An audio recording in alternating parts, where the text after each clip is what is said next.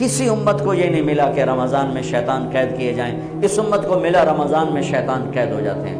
کسی امت کو یہ نہیں ملا کہ رمضان میں جہنم کے دروازے بند ہو جائیں، اس امت کو ملا ہے رمضان میں جہنم کے دروازے بند ہو جاتے ہیں، جنت کے دروازے کھل جاتے ہیں۔ کسی امت کو یہ نہیں ملا کہ ان کے لیے ہر مخلوق دعا کرے، رمضان کے مہینے میں اس امت کو یہ ملا ہے کہ ان کے روزہ رکھنے والوں کے لیے چونٹیاں بھی دعا کرتی، پرندے بھی دعا کرتے ہیں، مچھلیاں بھی دعا کرتی ہیں، ہوائیں دعا کرتی ہیں، ہر شے دعا کرتی ہے روزہ رکھنے والے کی، اس امت کو ملا۔ کسی امت کو یہ نہیں ملا کہ آخری رات ان کی سب کی بخشش ہو جائے، اس امت کو ملا ہے کہ رمضان کی آخری رات سب کی بخشش ہو جاتی۔ کسی امت کو یہ نہیں ملا کہ جنت کی حوریں انہیں روزوں میں یاد کریں، اس امت کو ملا ہے کہ اللہ تعالیٰ جنت کو کہتا ہے کہ تو تیار ہو جا، میک اپ کر لے، میرے بندے آ رہے ہیں، دلہن بن جا، سج دھج کے مجھے دکھا دے تاکہ میں اپنے بندوں کو پیش کروں تحفے کے طور پر۔ یہ ہے تمہاری بھوک کا بدلہ، یہ ہے تمہاری پیاس کا بدلہ۔ بھوک پیاس، یہ ایک لغت کی بات یاد آ گئی۔ جس گھوڑے کو جنگ کے لیے تیار کیا جاتا تھا، جیسے آج بھی جن گھوڑوں کو ریس کے لیے تیار کرتے ہیں، انہیں تھوڑا کھلاتے ہیں، انہیں زیادہ بھگاتے ہیں۔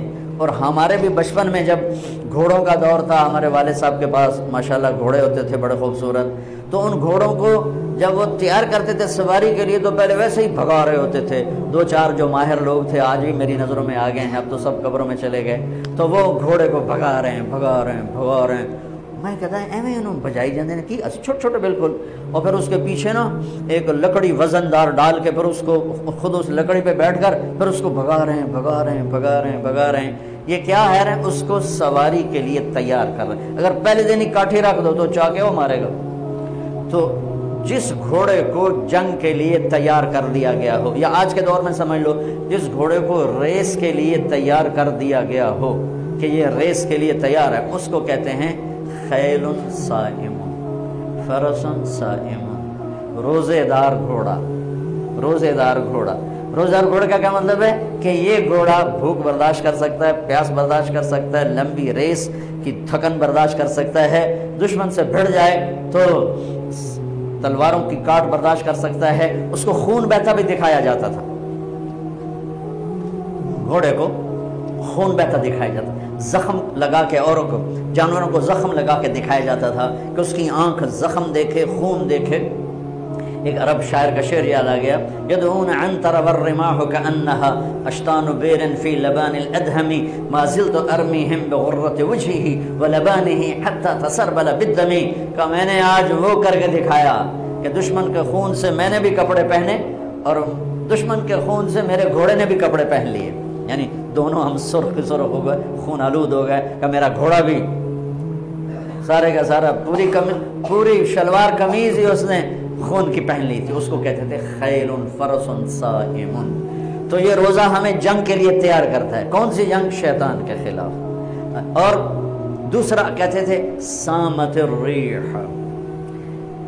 عرب میں ہواؤں کے جھکڑ بہت چلتے تھے، طوفان بہت آتے تھے، تو وہ اس میں بہت پریشان ہوتی تھی۔ ہمارے ہاں مئی میں بہت زیادہ آندھیاں چلتی تھی، جب درخت بہت ہوا تو درخت کاٹ کے رکھ دیے، درخت بہت ہوا، آندھیاں بہت چلتی تھی، اب تو بہت کم ہو گئی برائے، پھر بھی مئی میں کچھ نہ کچھ چلتی ہیں۔ تو جب وہ چلتی ہے تو ایک مصیبت بن جاتی ہے، تو جب وہ کھڑی ہوتی ہے تو سکھ کا سانس آتا ہے۔ تو جب وہ ہوا کے جھکڑ بند ہوتے تھے تو عرب کہتے تھے سامت الریح، شکر ہے ہوا نے روزہ رکھ لیا، یعنی ہوا تھم گئی۔ اب اس کو یہاں فٹ کیسے کیا ہے علماء نے کہ انسان کے اندر نافرمانی کے جھکڑ چلتے ہیں، جھوٹ کے، ظلم کے، بدکاری کے، فحاشی کے، نشے کے، سستی کے، رشوت کے، بار بار نام لینے سے بھی طبیعت خراب ہوتی ہے۔ نافرمانی کے طوفان اٹھتے ہیں۔ یہ کیا کرتا ہے؟ روزہ رکھتا ہے، نظر جھکاتا ہے، ہاتھ جھکاتا ہے، زبان پہ قابو پاتا ہے، شہوت پہ قابو پاتا ہے، حلال کو چھوڑ دیتا ہے۔ تو وہ پورا مہینہ جب اس پریکٹس سے گزرتا ہے کہ نظر کو بچاتا ہے، کانوں کو بچاتا ہے، زبان کو بچاتا ہے، حلال کھانے، حلال بیوی سے بچتا ہے، تو اللہ اس کے اندر شیطانی طوفانی ہواؤں سے ٹکر لینے کی طاقت پیدا کر لیتا ہے اور یہ اس کے سامنے کھڑا ہو جاتا ہے، ڈٹ جاتا ہے۔ لیکن کیونکہ ہمارا روزہ شکر ہے فرض جو رکھتے ہیں ان کو مبارک ہو، بہت مبارک ہو۔ جو میرے بھائی سست ہیں اللہ کرے وہ بھی رکھ لیں کہ یہ بہت بڑا سرمایہ ہے، بہت بڑی دولت ہے۔ اللہ تعالیٰ یہ ہمیں نصیب فرما دے کہ رات کی تراوی اور دن کا روزہ، یہ اس کے اندر ایک طاقت پیدا کرتا ہے شیطان سے ٹکرانے کی اور غلط چیزوں سے ٹکرانے کی، اس کے اندر اللہ تعالیٰ قوت پیدا فرما دیتا ہے۔ اور رات کو تراوی کا جو روزہ، تراوی کا جو سجدہ ہے 1500 نیکی ہے، 1500۔ کچھ لوگ 8 پڑھتے ہیں، ان کے پاس بھی دلیل ہے، کوئی بات نہیں، ٹھیک ہے۔ ہم 20 پڑھتے ہیں تو ہمارے پاس بھی صحابہ کی دلیل ہے، ٹھیک ہے۔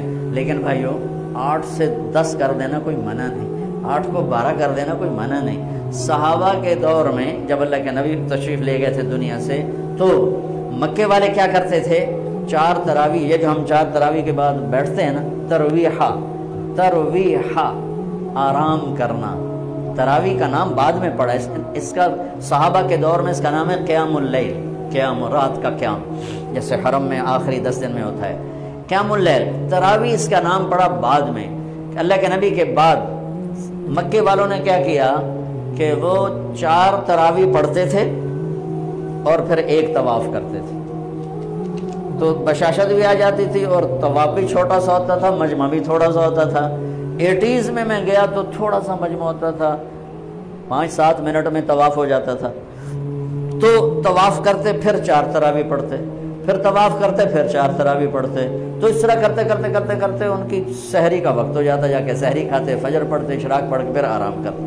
مدینے والوں نے سوچا کہ وہ تب ہر 4 تراوی تو بعد سجدہ کرتا طواف کر دیں، ہوں آپ کی کریے، انہوں نے کہا ہم ڈبل تراوی پڑھیں گے، تو انہوں نے 40 رکعت شروع کر دی۔ تو رات کی نماز میں کوئی ایسی پابندی نہیں کہ اس کے اوپر نہیں پڑھ سکتے، قیام اللیل مثنا و مثنا، رات کی نماز 2 رکعت ہے، اور جب ختم کرنا چاہو تو 1 وتر کے ساتھ اسے ختم کر دو۔